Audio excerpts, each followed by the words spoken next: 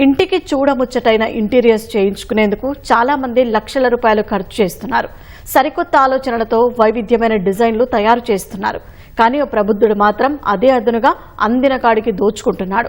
5 ఏళ్లుగా హైదరాబాద్లో కొత్తగా నిర్మిస్తున్న భవనాన్ని లక్ష్యంగా మోసాలకు పాల్పడుతున్నాడు. ఇంట్లో అందాన్ని ఇనుమడింపజేసే అలంకరణలకు ఇటీవలి కాలంలో ప్రాధాన్యం పెరిగింది. పేరొందిన ఇంటీరియర్ డిజైనర్లను సంప్రదిస్తూ విపణిలో కొత్త ట్రెండ్ల గురించి తెలుసుకుని వాటిని తమ ఇంట్లోనూ చేయించుకుంటున్నారు.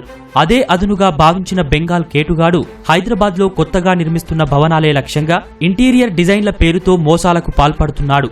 భవన యజమానులు కన్స్ట్రక్షన్ సంస్థలకు డిజైనర్గా పరిచయం చేసుకుని మాయమాటలతో బురిడీ కొట్టిస్తున్నాడు.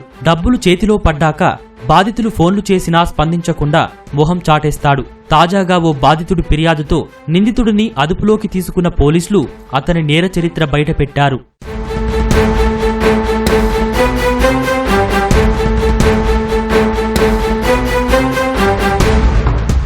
కోల్కతాకు చెందిన పలాస్పాల్ వ్యాపారం నిమిత్తం హైదరాబాద్లో నివసిస్తున్నాడు. తాజాగా నారాయణగూడకు చెందిన నిఖిత్ రెడ్డి జూబ్లీహిల్స్ లో నిర్మిస్తున్న ఇంటికి వుడ్ వర్క్ చేసేందుకు పలాస్పాల్తో ఒప్పందం కుదుర్చుకున్నాడు.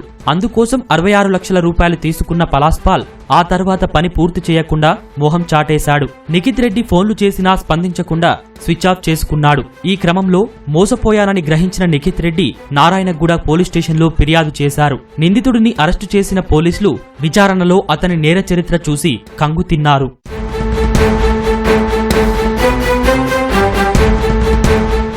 నిందితుడిపై 3 పోలీస్ స్టేషన్లలో కేసులున్నట్లు విచారణలో తేలింది. 2023లో శంషాబాద్ పిఎస్ పరిధిలో 15,40,000, 2024లో రాయదుర్గం పిఎస్ పరిధిలో 9,82,000 ఇదే తరహాలో మోసం చేసినట్లు కేసులు నమోదయ్యాయి. అంతేకాదు 2021లో ఎస్ఆర్ నగర్ పోలీస్ స్టేషన్లో ఓ హత్య కేసు కూడా ఉంది. పలాస్పాల్ భార్య కోల్కతాలోని స్వస్థలంలో ఉంటుండగా అతను హైదరాబాద్లో నివాసముంటున్నాడు.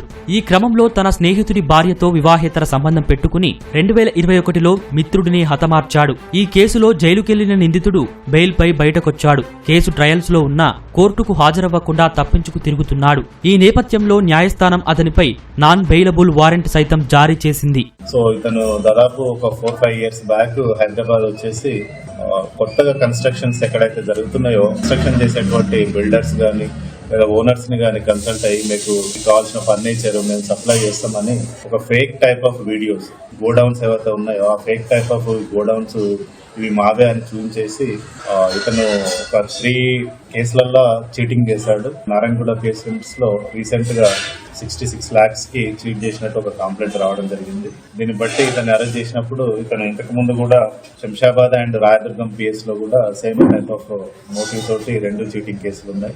సో అంతేకాకుండా ఈ ముద్దాయి పలాస్పాల్ అనే అతను 2021లో SR Nagar police station limits లో ఒక మర్డర్ కేసులో అరెస్ట్ అయినాడు. అరెస్ట్ అయ్యి దాని ట్రయల్ స్టార్ట్ అయింది ఆల్రెడీ. బట్ ఇతను కోర్టుకు అటెండ్ కాకుండా తప్పించుకొని తిరుగుతాడు. 3 కేసుల్లో కలిపి నిందితుడు 91 లక్షల రూపాయలకు పైనే మోసానికి పాల్పడ్డాడు. ఇంకా వెలుగు చూడని మోసాల్లో బాధితులకు భారీగానే కుచ్చుటోపి పెట్టినట్లు పోలీసులు అనుమానిస్తున్నారు. నిందితుడి బ్యాంకు ఖాతాల్లో ఉన్న 18,65,000 రూపాయలను ఫ్రీజ్ చేశారు. 120 గ్రాముల బంగారం, 40,000 రూపాయల నగదు, 18 లక్షల విలువైన ఇంటి రిజిస్ట్రేషన్ పత్రాలు సహా ఇతర ఆస్తులు స్వాధీనం చేసుకున్నారు. అనంతరం పలాస్పాల్ ను రిమాండ్ కు తరలించారు.